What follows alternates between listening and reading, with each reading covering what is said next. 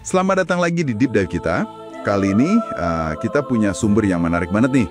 Dari 1 Yohanes pasal 1 ayat 5-10. Fokusnya ke tema yang relevan buat kita semua. Tak terintimidasi oleh perbuatan dosa. Betul. Nah, sumber ini kan panduan buat 7 hari ya.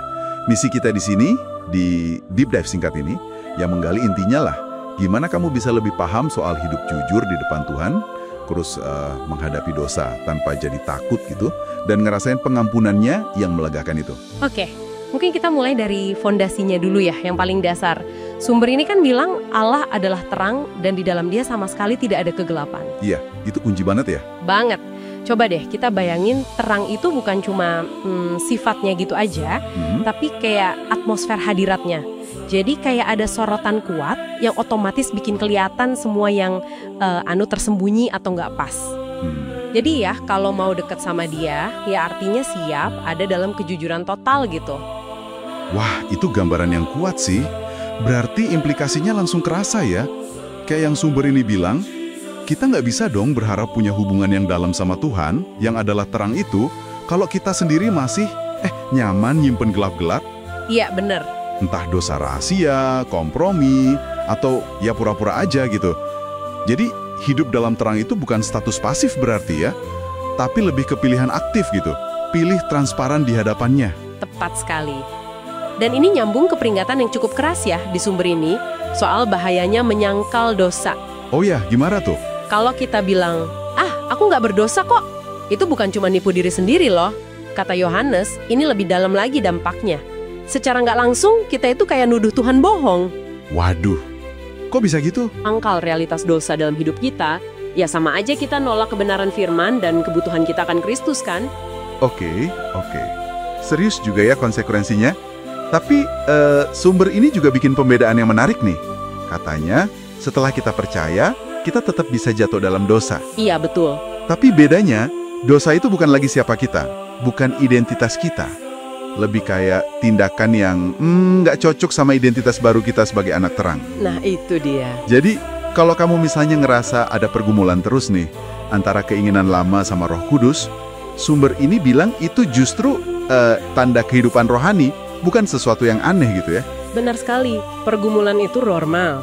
Malah bisa dibilang diharapkan sebagai bukti roh itu lagi bekerja di dalam kita. Tapi ya, ini penting dicatat. Ini bukan lampu hijau buat sengaja dosa terus ya. Ya.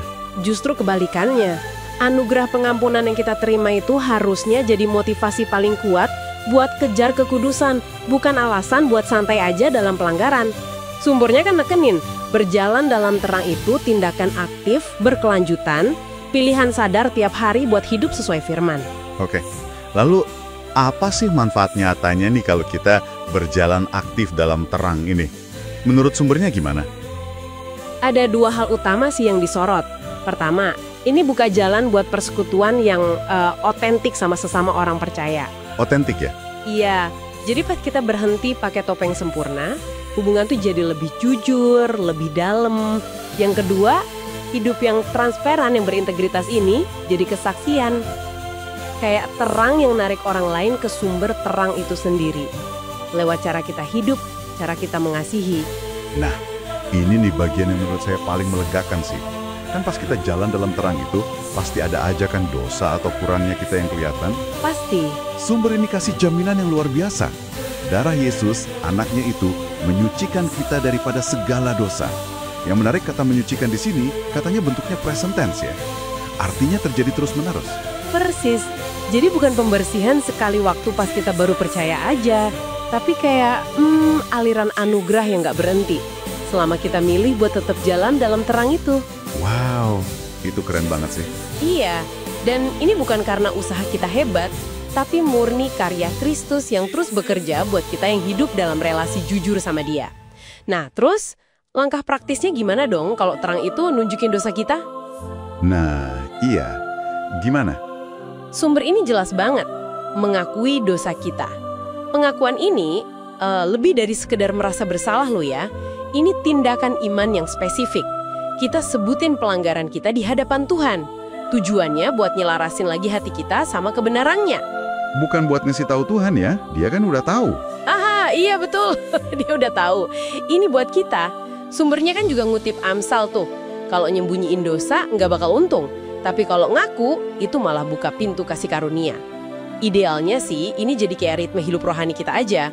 Rekening dosa sama Tuhan dibikin pendek terus. Tapi kadang kan rasa bersalah itu kuat banget ya. Gimana kita bisa yakin banget bakal diampuni setelah ngaku itu? Nah, ini penting. Sumber ini ngajarin kita buat gantungin keyakinan, bukan ke perasaan kita, tapi ke karakter Tuhan. Karakter Tuhan ya? Iya, dia disebut setia. Artinya, dia pegang janji pengampunannya. Terus, dia juga adil. Adil kok bisa? Ya karena Yesus udah bayar lunas harga dosa kita. Jadi karena keadilannya udah dipenuhi lewat Kristus, dia itu harus dengan setia mengampuni kita pas kita datang dengan tulus. Gitu logikanya. Oh, jadi karena keadilannya sendiri ya? Betul. Dan dia melakukan dua hal. Mengampuni, itu kayak hapus catatan hutang kita, sama menyucikan, itu membersihkan kita dari dampak dan kotoran dosa itu. Jadi ini paket pemulihan lengkap. Oke, paham sekarang. Jadi, kalau dirangkum nih ya, memahami Tuhan itu terang yang murni, itu manggil kita buat berani hidup jujur aja di hadapannya. Terus pas dosa yang nggak terhindarkan itu kelihatan dalam terang itu, kita nggak perlu panik atau terintimidasi. Nggak perlu takut ya? Iya, kan ada darah Yesus yang terus bekerja nyuciin kita. Kuncinya ya di pengakuan dosa yang jujur dan spesifik itu. Dan ini relevan banget buat kamu yang dengerin. Artinya, kamu bisa loh jalanin hidup rohani yang jujur tanpa terus-terusan dihantui rasa bersalah atau takut gagal. Jalan buat pulih itu selalu kebuka lewat pengakuan. Kamu bisa bebas dari cengkraman intimidasi dosa. Iya banget. Mengingat pengampunan sama penyucian ini aktif bekerja justru saat kita milih jalan dalam terang. Mungkin ini ya pertanyaan buat kamu bawa pulang dan renungin. Apa ya, satu langkah kecil aja hari ini yang bisa kamu ambil buat secara sadar milih terang, milih jujur di hadapan Tuhan, daripada sembunyi. Dengan keyakinan penuh kalau anugerahnya itu selalu cukup dan tersedia buat kamu.